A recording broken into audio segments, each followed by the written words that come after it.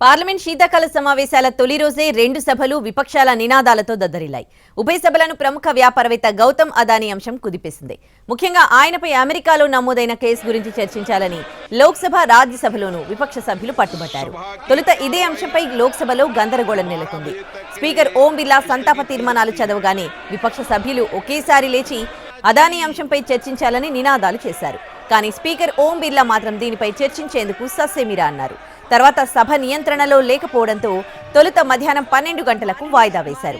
ఆ తర్వాత తిరిగి మధ్యాహ్నం 12 గంటలకు సభ మళ్లీ స్టార్ట్ అయింది. కానీ పరిస్థితిలో మార్పు రాలేదు. అవే నినాదాలు, అవే గొడవల కారణంగా సభను ఎల్లుండికి వాయిదా వేశారు డిప్యూటీ స్పీకర్ సంధ్యారాయ్.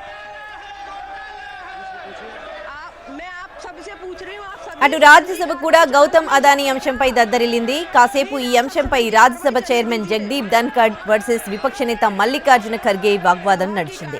ఆ తర్వాత విపక్ష సభ్యుల నినాదాలతో సభలో గందరగోళం నెలకొంది. దీంతో తొలుత ఉదయం 11:45 సభను వాయిదా వేశారు ధన్ఖడ్. సభ తిరిగి ప్రారంభమైన తర్వాత కూడా పరిస్థితిలో మార్పు రాలేదు. దీంతో ఆయన మళ్లీ సభను ఎల్లుండికి వాయిదా వేశారు.